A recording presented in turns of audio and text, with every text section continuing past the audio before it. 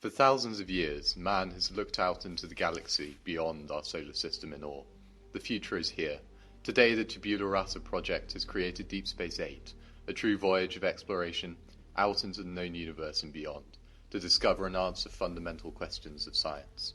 We plan to construct the main body of Deep Space 8 out of aerogel. Alloy X114 is perfect. It's a good insulator, incredibly strong, able to withstand pressure, and, being 99.9% air, has a very low mass.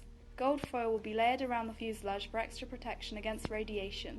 The interior will be mainly composed of aluminium alloys due to its low density and availability. The ship will be split into rotating compartments, inducing a gravity-like force to combat some of the negative effects of long periods in zero gravity. The ship will have gym, dormitories, kitchen area and lounge. A detachable and disposable arm will assist with docking DS-8 to the ISS.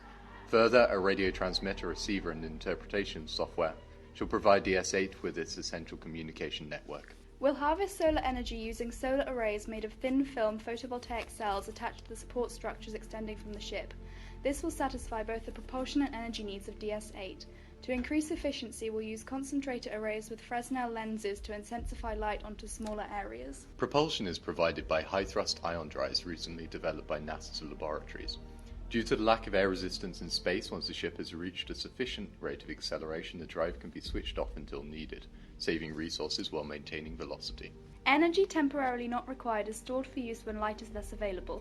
A hybrid flywheel energy storage system replaces inefficient chemical batteries, making use of a carbon fiber rod spinning up to 50,000 RPM suspended within magnetic bearings.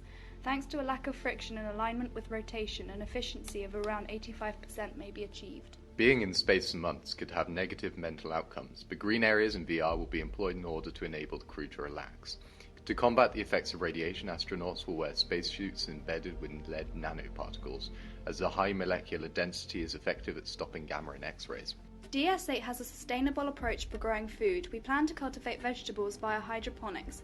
Protein will be artificially produced via the use of fusarium fungus, producing mycoprotein that can be harvested. A renewable supply of water is produced by combining hydrogen from pyrolysis and CO2 naturally produced by the crew in the Sabatier reaction. The electrolysis of this water produces 2 to 9 kilograms of oxygen per day. Coupling this with pressurized oxygen stores, we have a sustainable supply of oxygen. The methane produced in the Sabatier reaction can be burnt to produce heat and hydrogen. The recycling, in addition to a water recycling system, will reduce waste. Any waste produced in the voyage will be flushed out into the storage tanks and periodically ejected.